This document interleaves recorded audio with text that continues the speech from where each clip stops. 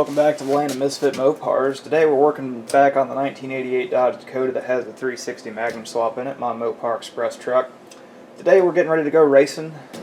Season starts here in a couple weeks. This truck gets bracket raced here in Indianapolis, where I live frequently. So one of the things I've noticed is, especially when it's cold, I've got quite a bit of Valvetrain noise and ticking and tacking, and this thing has been converted to the crane style stud mount rockers, got rid of the factory pedestal style rockers. So we are going to go ahead and set the valve lash since we're getting ready to go racing. Normally it's kind of a set it and forget it, but occasionally, periodically, you want to go through and change your valve lash up, or at least verify everything's still good.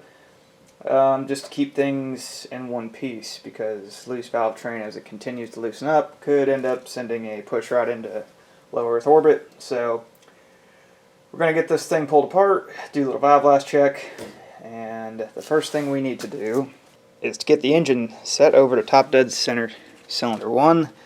This has the later style Magnum balancer that has the pulleys part of the harmonic balancer assembly itself. Looks like I need to tighten that belt up as well. Anywho, down here I've put a little black paint when I put this engine together on 0. I've also highlighted the 0 mark on the balancer. And to verify that we're on cylinder 1, I have these nice plug wires that are tagged up. This is our cylinder 1 plug wire, so we are in the ballpark of that number 1.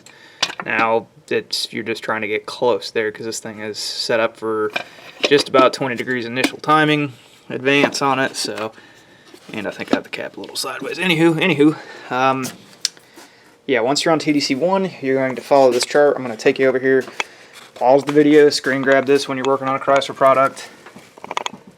This is how you're setting. That thing's a little filthy. That first number there is intake number 2, followed by intake number 1 on the second rotation. So anyways, you want that.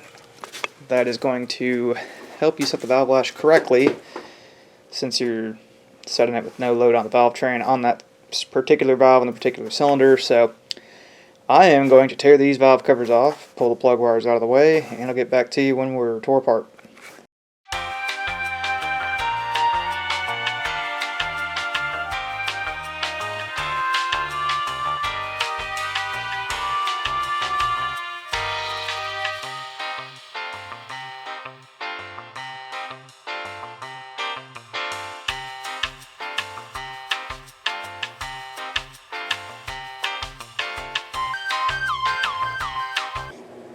So here's the engine in all its glory, and as you'll notice over there on the passenger side, we're missing a couple pieces.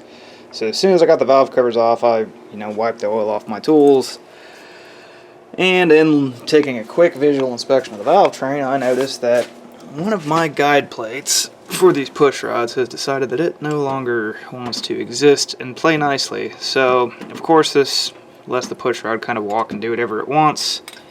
I don't think it's bent. Visually it looks alright.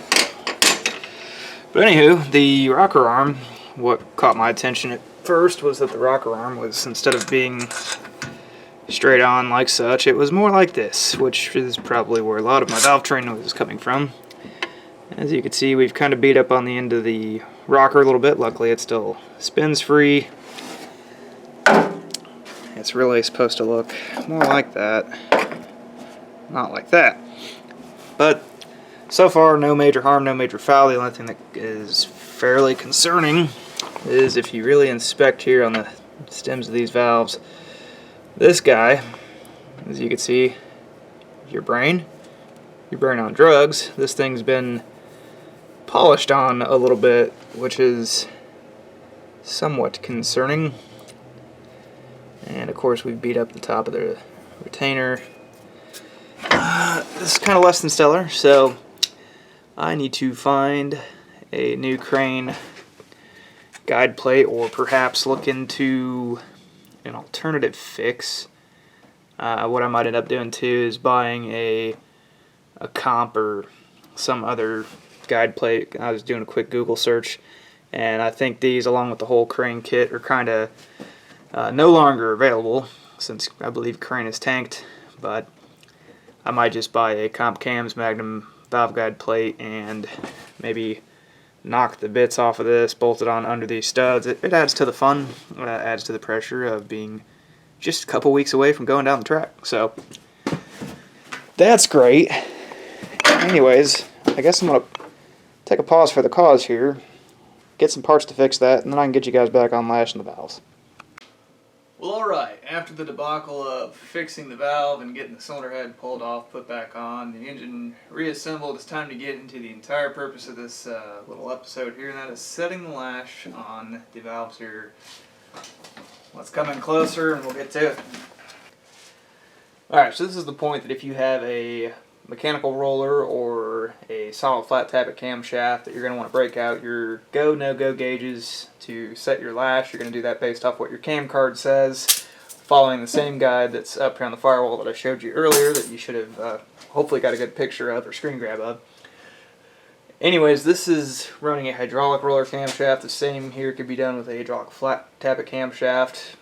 Since the preload is more or less taken up by lifters, you're just getting the valves tight enough to operate. So since we're on TDC 1, our chart says we're going to do intake 2 and exhaust 8 back here. So what you do, you're going to roll the push rod in your fingers here like you're rolling a pencil, and turn your adjustment nut in until you feel resistance. So right there is resistance. We have a polylock style setup here, so your tools may differ, but I have a 5/8 wrench and a 3/16 Allen key here. You're going to add a half a turn of preload into your Valvetrain, and then tighten this polylock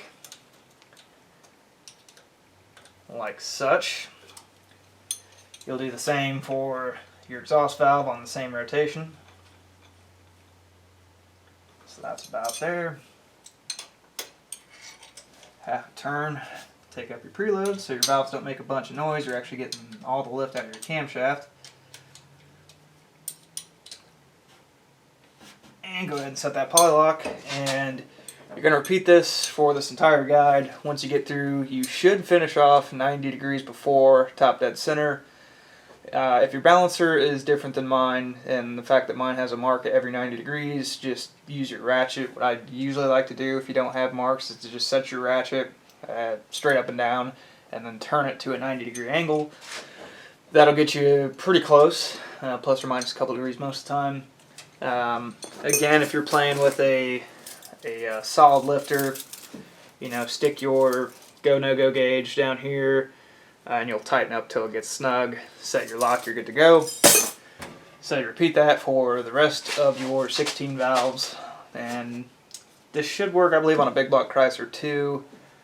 Per the Mopar Performance chart there, I think there's just one part number for that decal, so I believe they're all the same. I'm not super big block fluent since I've played with small blocks for so long.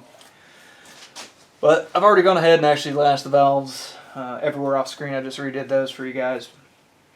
So now that this engine's put back together, I'm going to drop the oil, put coolant in it, see if this head gasket sealed. Hopefully it does. I didn't do my normal shtick of, flat sanding the deck on the head and the block since it's in the vehicle, and I didn't want to tear the engine down. But yeah, should be good to go now. Hopefully this thing is a little quicker now that I've done several demon tweaks to it on the off season, and hopefully that helps you out on your project. If you want to see more technical stuff like this, or if you're really into first gen Dodge Dakotas or old Malays, Mopars, nail that subscribe button. Got plenty of content coming finally now that I have some loose ends tied up on all the other project cars. I can get into some entertainment, and we'll see this thing out on the track. You guys have a good one.